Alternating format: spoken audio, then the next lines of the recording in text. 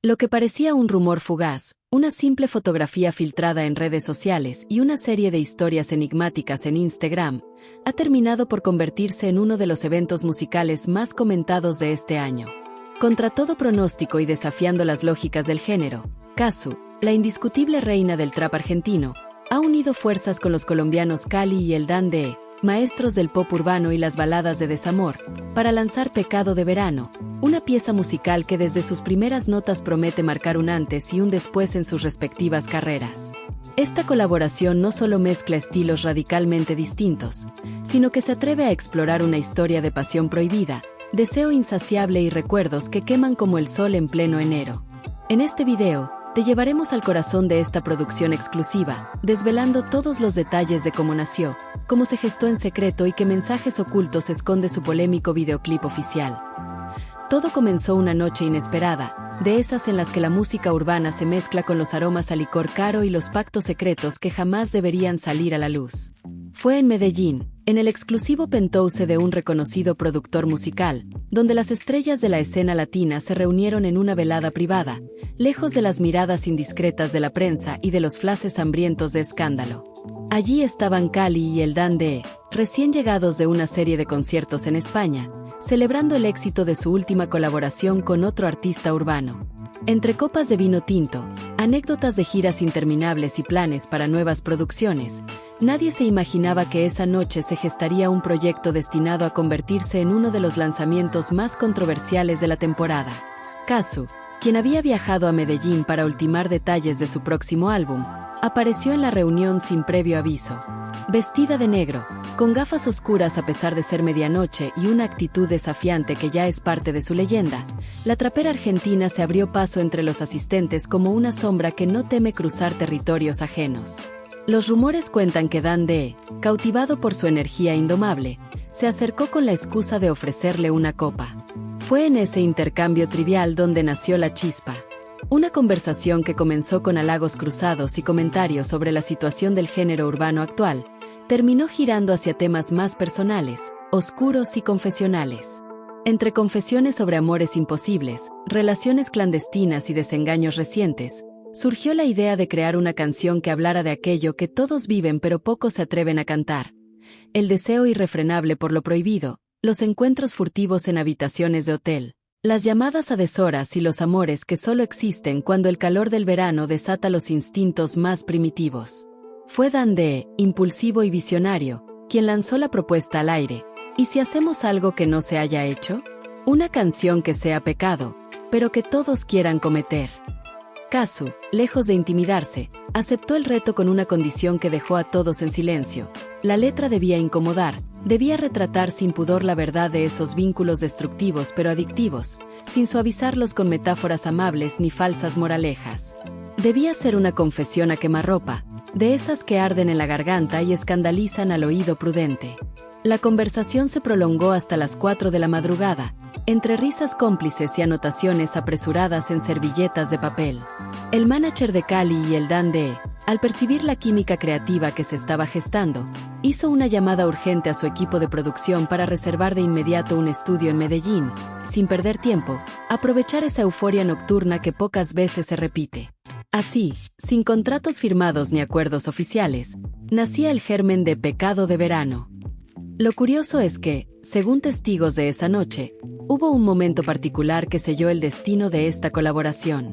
En medio de la terraza, bajo una luna llena que parecía observarlo todo, Cazzu relató una historia personal sobre un amor de verano que casi la destruye emocionalmente años atrás.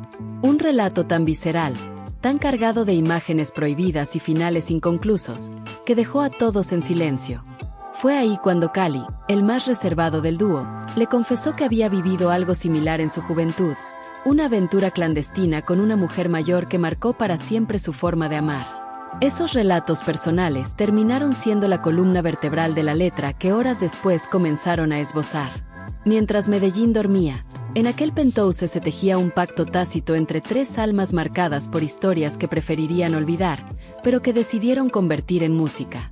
Y así, sin saberlo, acababan de sellar un acuerdo con sus propios fantasmas. Un pacto con ese pecado que a veces, ni la fama ni el éxito logran purgar. Con la canción apenas delineada en un par de notas de voz y algunos versos escritos a mano, la urgencia por plasmar visualmente esa historia de tentación y culpa se convirtió en prioridad para los artistas. Fue Kazu quien insistió en que el videoclip debía ser mucho más que una simple representación estética de una canción urbana. Quería crear una experiencia visual que incomodara, que evocara esa sensación de pecado prohibido y de pasión insaciable que solo se vive en los días calurosos de verano, cuando la moral se disuelve junto al hielo en un vaso de ron. La decisión fue unánime. El videoclip se grabaría en Cartagena de Indias, una ciudad que, con su arquitectura colonial, su brisa salina y su historia de secretos guardados entre paredes de piedra, resultaba el escenario perfecto para aquel relato. El rodaje se mantuvo en secreto absoluto. Ni siquiera los fanáticos más dedicados pudieron rastrear las locaciones, ya que se eligió una mansión privada a las afueras del centro histórico, una antigua casona del siglo XVIII, perteneciente a una acaudalada familia que prefirió mantenerse en el anonimato. Solo se supo que el lugar había sido escenario de antiguos escándalos sociales y que su historia estaba plagada de leyendas sobre encuentros prohibidos y amores clandestinos. La selección no fue casualidad.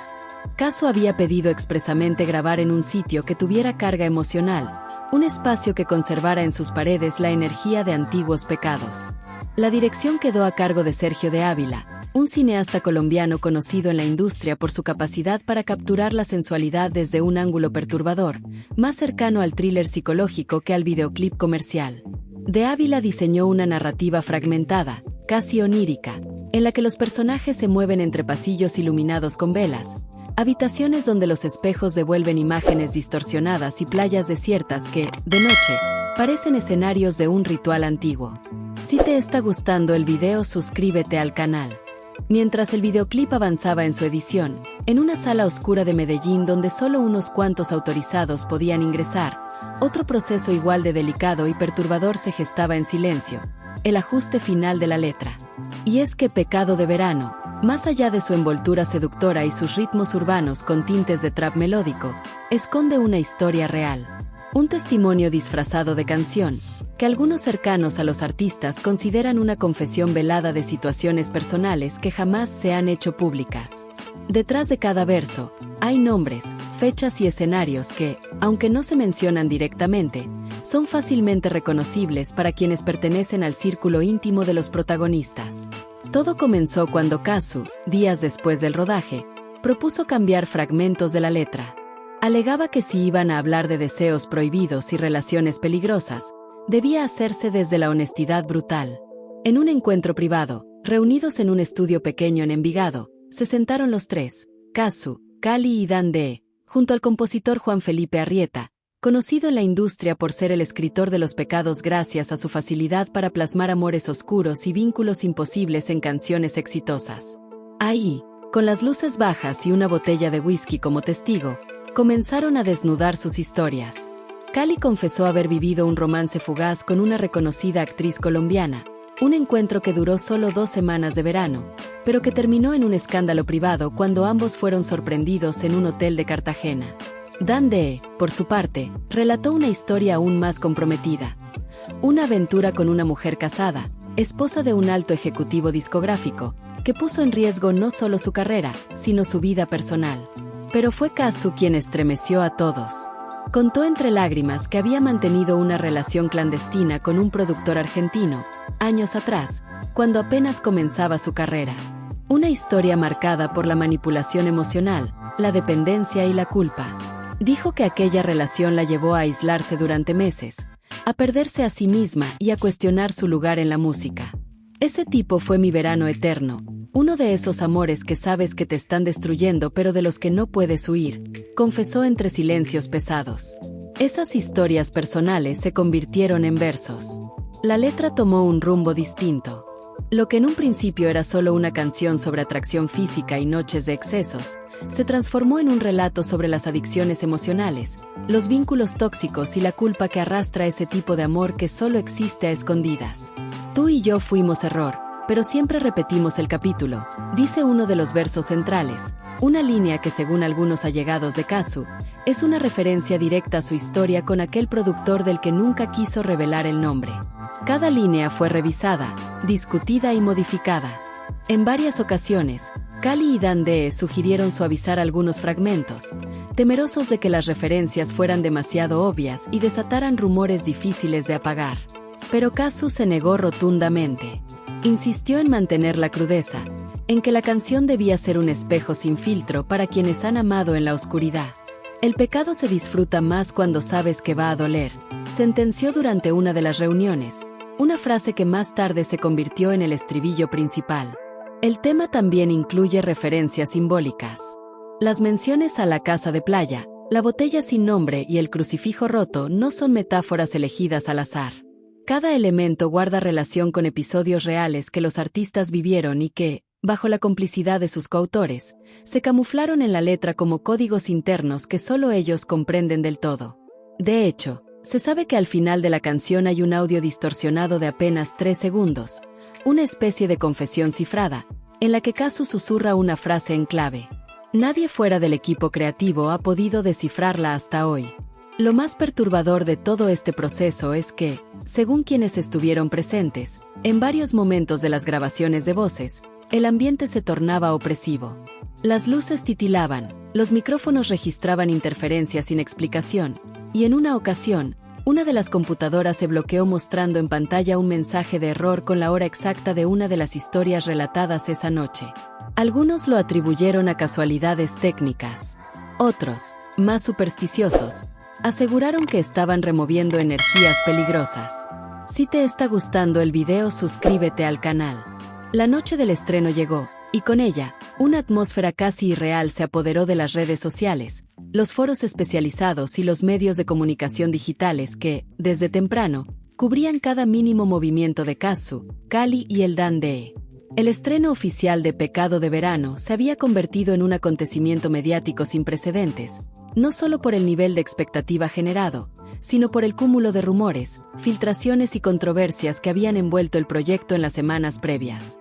Nadie sabía qué esperar, pero todos, absolutamente todos, estaban conectados.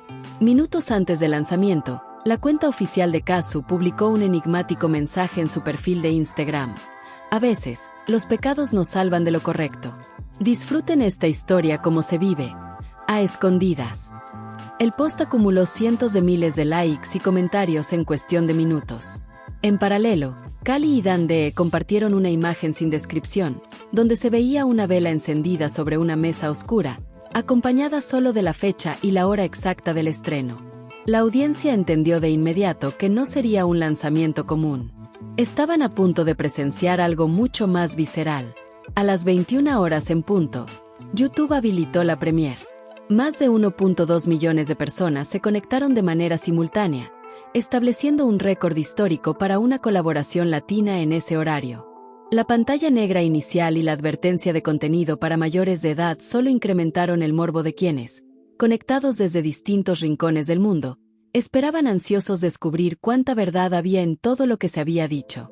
Desde los primeros segundos, el videoclip dejó claro que estaba diseñado para incomodar y seducir a partes iguales. Una atmósfera densa, fotografía sombría, planos cerrados sobre rostros tensos y símbolos ocultos entre sombras marcaron la estética visual de la pieza. Kazu apareció en una habitación de motel a media luz, fumando un cigarrillo mientras observaba su reflejo roto en un espejo antiguo. De fondo, una vieja canción de bolero apenas audible reforzaba la sensación de nostalgia decadente.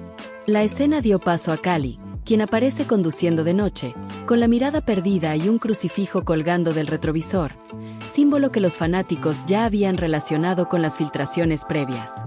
Lo perturbador vino cuando, cerca del primer minuto, se incluyó un fragmento de audio distorsionado, una voz femenina susurrando una frase en clave, idéntica a la que, según los rumores, había sido grabada clandestinamente por Kazu en las sesiones de composición. Nadie logró descifrarla de inmediato, pero en redes comenzaron a circular teorías. Algunos aseguraban que se trataba de una confesión, otros decían haber reconocido nombres de figuras conocidas dentro de la industria. La narrativa visual de Pecado de Verano no se limitó a sugerencias. En varias secuencias, los protagonistas representaron de forma simbólica sus propios pecados. Kazu en una escena bañada por una tormenta eléctrica, abrazando a un hombre sin rostro. Dande recibiendo una llamada de un número bloqueado en medio de una fiesta decadente. Cali entregando una carta sin remitente a una mujer que desaparece en la oscuridad. Cada elemento, lejos de ser solo decorativo, aludía directamente a las historias reales que se filtraron semanas atrás. El clímax llegó con una secuencia final rodada en una vieja casa de playa, donde los tres se encuentran a puertas cerradas. Allí, sobre una mesa, una botella sin etiqueta y una vela consumida marcaban el inicio de una conversación muda, solo acompañada por la música.